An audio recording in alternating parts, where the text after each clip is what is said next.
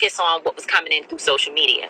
But eventually, by the evening, I did look. I saw the tags, and and just so you all know, I don't really watch videos. I'm really, really, really nervous about videos. So whenever somebody sends me a video of a person being harmed, I am scared.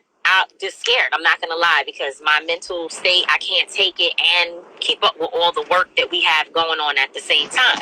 So I sent the video to Tiffany, and I asked Tiffany to watch it and tell me what happened. Tiffany says, no, I refuse. I'm getting ready to go to bed. I have to sleep by myself. I cannot watch a video tonight, and you need to go to bed too, because we just can't. Not tonight. I got to sleep here. I'm in the house by myself. I'm not going to watch this video.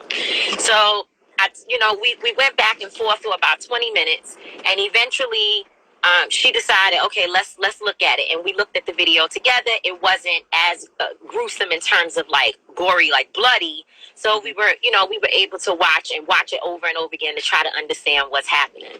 Of course, that opened up us in our investigative minds, and we started clicking everything, reading stories, watching lives where people who were there, or at least this one guy who was there with Shanquella Robinson, watching lives, watching everything, just trying to see as much information as possible. And without speaking to family members, talking to anybody, we just with our little bit of information, we were like, something here is wrong. And then at some point, it became clear that the alcohol poisoning wasn't true, and that it was the spinal injury and the neck breaking of her neck that actually caused this young lady to die. So we put out a call saying that we wanted to hear, if anybody could connect us with her family, we would want to speak to them. And went to bed, woke up in the morning. Everybody you could think of was either writing about it, and a few people, I think Sunshine Anderson, shout out to Sunshine. She sent me Dad's number. I got in touch with Dad, got in touch with Mom, and we talked earlier today and have been speaking many times throughout the day, working on legal issues and other things that they needed help with. Unfortunately, while they have been contacted by the federal government a few times, different little things was happening, it is very clear that no one has taken seriously this young woman's life and death. It has not been serious. It hasn't been taken seriously enough, because the basic things that they need in order to have a clear investigation, to properly bury their child, those basic things, the fact that they had to pay money to get her body back, that it took them 2 weeks to be able to get her in their care, all the shit that happened, you can tell that her family did not receive the type of support that we have seen for others. I'm not going to say more. Y'all can make up your own determination about what that means. But they just didn't receive it, because the things that they don't have, they should have, period. And we won't get into all of that, but they need support. They have lots of support. Thankfully, Dad has been being contacted by some officials, so there's some stuff happening there, but it's just not enough. And the biggest part, and Tiffany, you can jump in, I know I'm running my mouth, but the biggest part is that I just don't understand, and perhaps you can help me get it. Why do we not see CNN, MSNBC, and everybody else, Telemundo, whoever you name it, C-SPAN, whoever, covering that this young woman traveled with some folks somewhere and died in Mexico? And of course, now that we know that her neck was broke and her spine was cracked, you would think it would be national news. Is that international news? Am I wrong? No, everybody in the comments is already saying it's because she's a dark-skinned Black woman. It's because she's a Black woman. It's because she's not white. And we saw in all of our research, me and Tamika were up for 2.5 hours on the phone yesterday, looking, searching, reading, watching discussing, asking really important questions, and the only news coverage that we saw was a local TV interview that I posted to my page that was in North Carolina. To your point, Tamika, nobody else nationally has posted or shared any of these things. What was also interesting and what we tried to do is, with my little limited amount of Spanish that I do speak, try to find if Mexico even covered or did a report or tried to talk about the story, because this happened in Cabo and we couldn't find nothing on there either. So what's been interesting is we went to sleep last night. We finally got off the phone and went to sleep last night.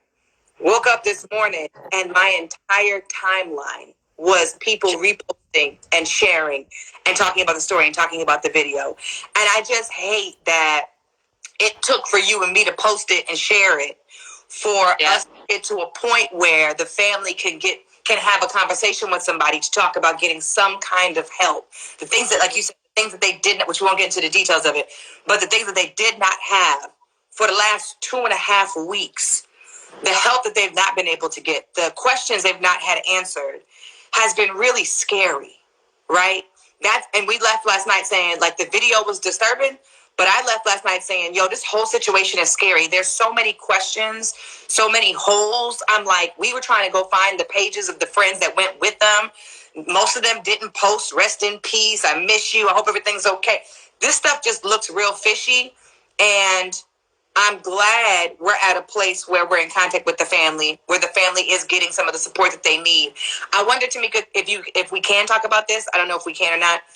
But the question that I asked you earlier today was this international stuff, because it happened in Mexico, but the family's in North Carolina.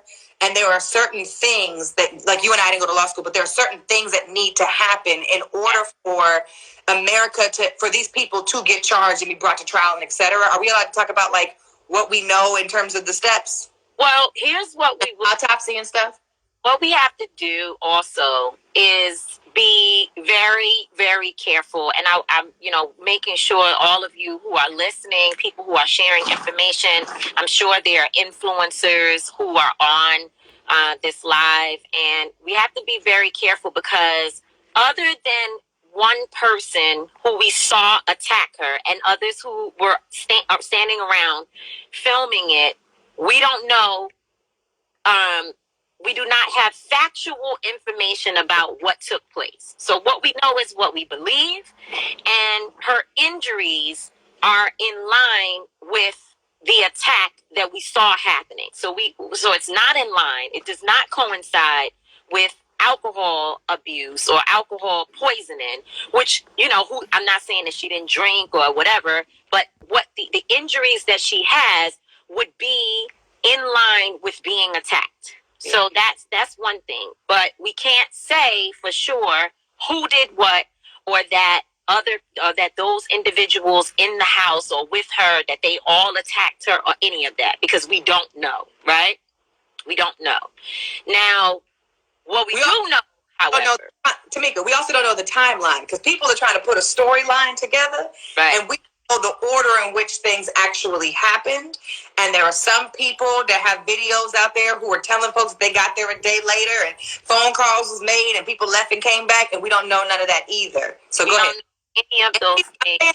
People are writing in the comments what they think they know. Oh, that girl's actually a man, and da-da-da-da. And we don't know that. We don't know none of that. We don't know that for sure at all.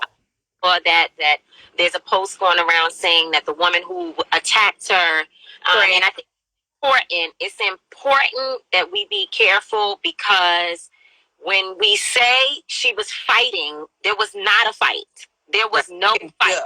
She was attacked. Yeah, she was attacked by someone, and it's very clear, what took place. First of all, I see someone saying D.L. Hughley said she didn't have alcohol in the system. I can't say that she didn't have alcohol in her system. The point is that the medical examiner did not cite alcohol poisoning as the cause of death. What it says on the death certificate is that she was that the cause of death, or what led to her death, was a severe trauma, severe injury to the spine and and it's a word that I would never ever be able to say probably in my entire life, a medical word that means a broken neck. That's what we know happened. And so that means that the alcohol piece, whether it was in her system or not, that was not the cause of death that ended up on her death certificate. What was on the death certificate was the 2 injuries that has now escalated this situation. Now, to answer your question about the issue between the United States and Mexico. First of all, also there are several attorneys that are now involved. Attorney Crump and a bunch of people who are involved with speaking to the family and working through some of the details and just helping them out. But again, there are officials who have been in communication with the family. It's just not at the level where there's swift justice, right? There needs to be swift justice happening in this moment. Right. And also, when the State Department releases something and says that there is no evidence of foul play, it pretty much diminishes what took place. It doesn't give it the type of urgency that you need to have. And so the state, they don't look into it. They end it where the butt stops. Right. So the State Department needs to retract that statement immediately, because I want to hope. I want to look at all of this from a positive perspective, because y'all know I can go all the way. Everybody's racist. The black woman is unprotected, and that's it, right? I could go straight to that, but I'm going to try not to do that. Hopefully, what happened is that first of all, people don't communicate well, because you have to get from Mexico to this one to that and then the third. And hopefully the statement was put out before the coroner's report or before the medical examiner's report was done. I don't know. I think even that's problematic, because until you get the medical report, you shouldn't be making a statement at all, right? So we know that. But let's just say that that's the reason why it happened. Once the medical report came out, they should have immediately retracted their statement to say this other thing. But the other piece is that they did not have a video, because the video has just been released in the last day or two, right? So this video is like 24 hours or so being released. People are asking where it came from. Don't know. Not sure. But I'm assuming somebody who is connected or was there said, I ain't going down for this by myself. Maybe I feel a little bad. I don't know. We're going to put this video out here somehow. So the video is out. And that now should escalate it to the point where the State Department retracts their statement. And the most important thing here is that the U.S. ambassador to Mexico should be talking. He should be all over the place. There should be statements out. The ambassador should be telling us what is going on and making sure that people are comfortable with the fact that something is happening. I have not seen one statement. Perhaps they put it out there. I don't know. Hopefully, now that you all are pushing them, now that you all have been tagging the State Department and making those calls and also calling the ambassador's office, that something will happen.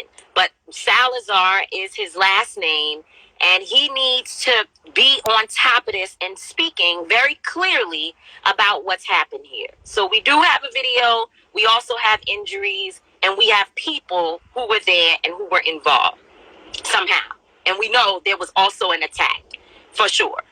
So all of those things should escalate this to the point that the State Department gets involved. Now, I wish Attorney Shanquella Robinson, who has been talking to the family all day, I wish that she was on here to explain what you need to make the State Department and Mexico work together, and how any kind of investigation / prosecution would ever happen. But I don't know how to talk about that. I'm sure that at some point in the very near future, we'll hear more from the attorneys and the family, so on and so forth. But do not stop. Everybody that's on this live, everybody you're connected to, family members, friends, do not stop calling the State Department and calling the ambassador's office to tell them that they must pay attention to this, because unfortunately we can't get the kind of coverage of, one of the white women who's gone missing or been killed or something in another country, or even here in this country.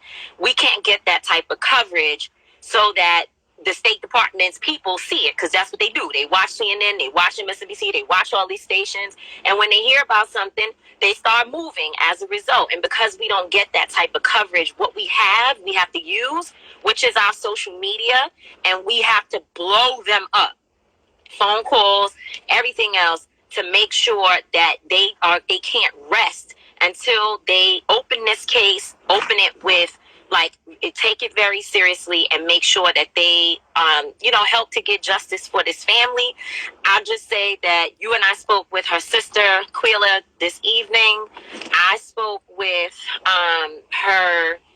Every time we go to sleep with it weighing heavy on us, because when you have to deal with trauma constantly and without justice for the trauma, it is a very, very difficult space. But I have to say that listening to this young woman's father and mother today, and her mother is just, she's just numb, completely numb, and just not even able to explain everything, because she got most of the phone calls. She was the one receiving phone calls from these people who were with her, who obviously recorded her being beaten. So even if you try to make up a story, which I'm just saying this for the sake of this conversation, even if the story is, then, so she got attacked, and then some other shit, alien came from down yonder and showed up, and nobody knew it, and the alien took her and broke her body up, and the people in the house had nothing to do with it. Even if you come up with that story,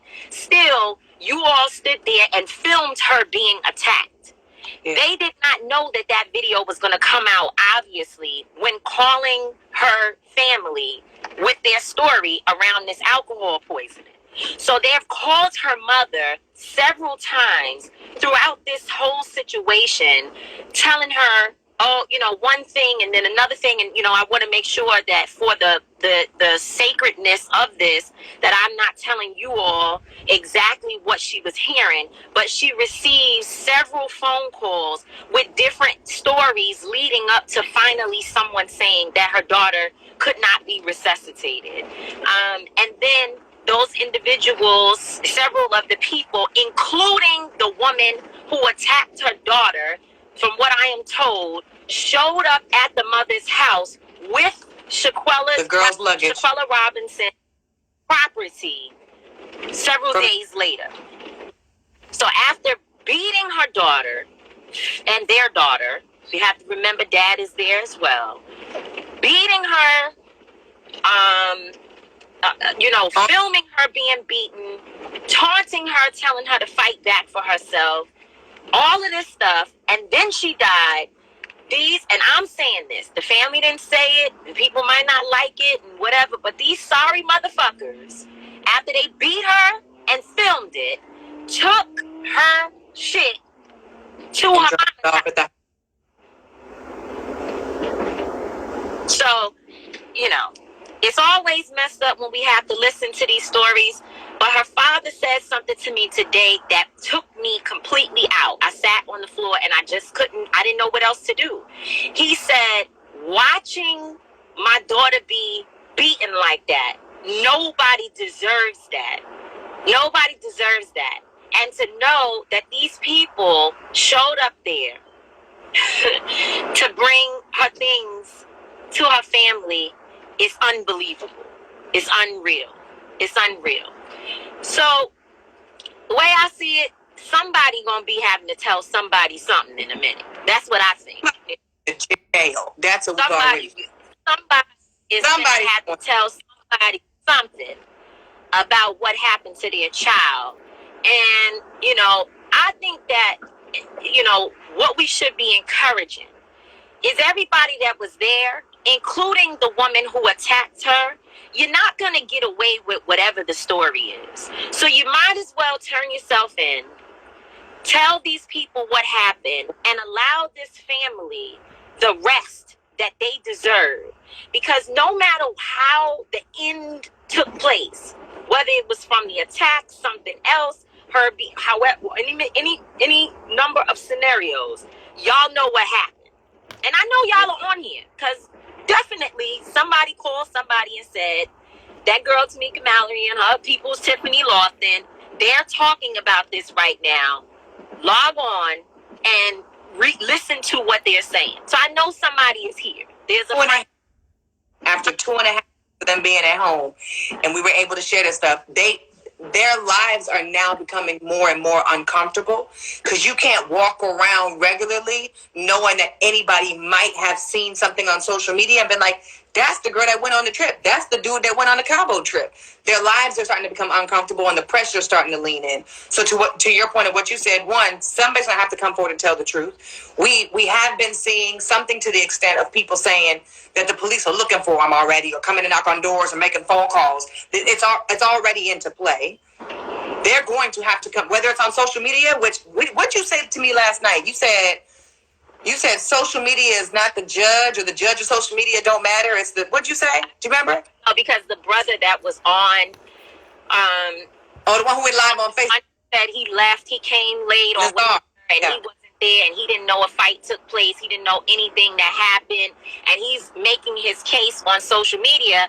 And I said, people think that social media is the judge or the judge and jury, but actually there's a real judge and jury, and it's not social media. So you can run and tell the story on socials all you want, but the reality is that anybody that has a good heart. I see somebody tagging Jamal Bryant. He's already called to help pay funeral services. So thank you to Jamal Bryant. A lot of taggers already plugged in, but go ahead. What you say? I said a lot of people are tagged already and they're already plugged in and helping. So people are trying to get everybody right now. Yeah. So you know, whoever was there, the folks who are listening, the parents that their children are in their homes, the family members and friends that know their loved ones were there and what went on. This is not a game. It's not a game. They need to immediately go turn themselves in or go show up, because I can't say they have to turn themselves in, because turning yourself in would mean that you've been asked to incriminated for some criminal issue. But they need to tell what took place. And whoever put the video out, I want to hope that person, because, you know, some people in this era, this generation that we're in, they think a video like this is something funny. Like it's, you know, it's something for, it's a piece of honor. And, you know, but it hopefully that person said, you know, we got this big lie that we don't want to tell, that nothing happened except she just was, you know, poisoned by alcohol, and I don't want to stick with this, and I need to put this video out so people will know that more happened. But again, we can't say today on this live that they killed her. We can't say that, right? Because we don't know it to be true, and for us to say that, you know, and any other details comes out and the alien appears, then, you know, we would be held liable. So careful. However, you posted your comment on my page last night was very, very telling. If it walks like a duck and it quacks like a duck, it's probably a motherfucking duck. So that's about it. Let me see now. Lit Lawyer says, did it not come out that the guy that was her best friend released it in an effort to clear his name? I haven't heard that. It's possible. I didn't hear that. And nobody from the family told me today that the video certainly, you know, definitely came from him. And I don't know how he would be clearing his name when the family, it may have been, you might be right, Lit Lawyer. It might be true. But regardless of what, the first thing they said was there was no fight. And I can tell you right now, from speaking to this family, no one has told the family directly that there was an altercation that took place. Someone called the family and said, like, there was a fight, but it wasn't. The people who showed up at the house did not sit down with that family and say, here is the video, this is what took place. They attempted to let it be that it was alcohol poisoning and they didn't do, anything to her. They were not clear about why the attack happened. And by the way, you don't beat up somebody's child. So let's just clear that up right now, right? Because you sick as fuck if you beat up somebody's child and everybody films it, and then you show up at the house and say, oh, well, we here cool. No. The reason why you show up at the house is because you're trying to give the impression that you didn't do anything wrong.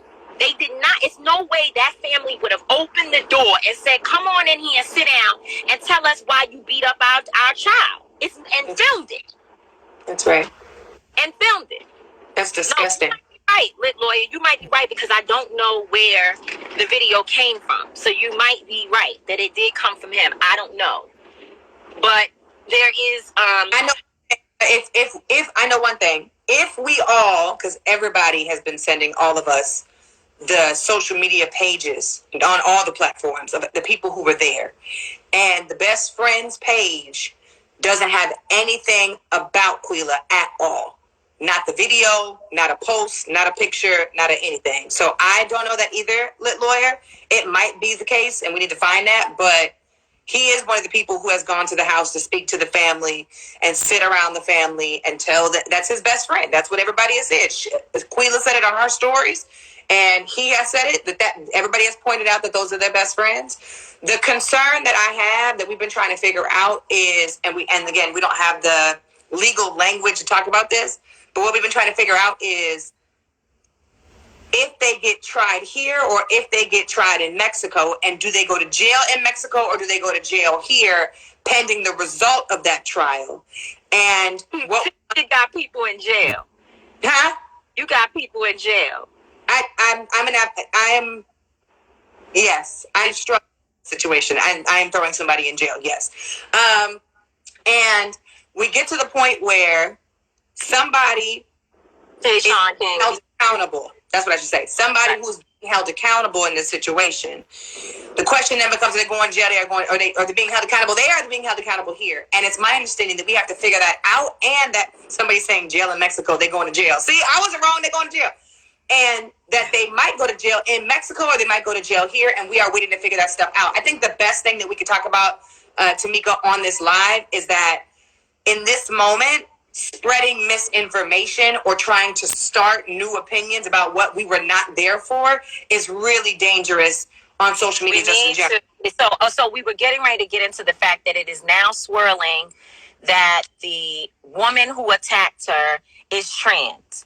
I don't know that that's true, and I think we got to be real careful about that. So please, let's not share. What I told you all is exactly what we know. And when I say that it came, the only thing that I'm leaving out is exactly what was said to the mother when the best friend was calling her back and forth, informing her of what different things was taking place. That part I don't want to say because that needs to all be dealt with in the investigation.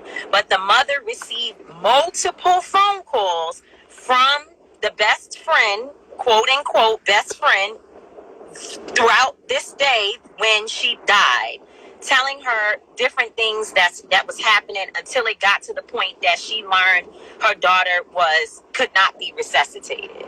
So I know someone said stop calling. Also talking about in the chat, somebody said that the girl who was beating her up also is creating cash apps to try to get interviews. And I want y'all to be careful because we don't actually know if that's her or if that's her page. Right. It might be a fake page. It might be a fake page. Maybe a fake page. Cash app looks suspect. The people she tagged, we went to their pages, they were suspect. So that's why got to be careful of what we're accusing people or saying people are doing by just looking on social media. There's a lot of bots and there's a lot of enemies on social media, and we have to allow the investigation to actually happen, because the damage that we can do on social media by painting these pictures and telling these lies hurts the family more. So we gotta wait. And then the other thing that I need you guys to be careful about this. And this is really, really, really important, because when we get upset about things, we start sharing all types of information and giving people, saying whatever we need to say. Do not share people's addresses to their homes. Yeah. On social media. That's the type of information, if you have it in your care, you send it to authorities. So when you go to send your email to the State Department, you should put in the email, this is the address that we found for this person or that person, but do not share people's addresses on media, because we already saw that there is one person who stated, I'm coming to the friend thing in a second, but there's one person who stated that one of these individuals does not live in her house anymore, and she needs people to be careful, because the person doesn't live there, and if someone goes to her home, any type of retaliation, we live in a crazy time, someone can get hurt, and then you are the person that shared the information, and it could turn into a whole thing. Somebody said, was she drugged? Someone says, was she drugged? There will be independent autopsies to take place, so we can hopefully find those things out.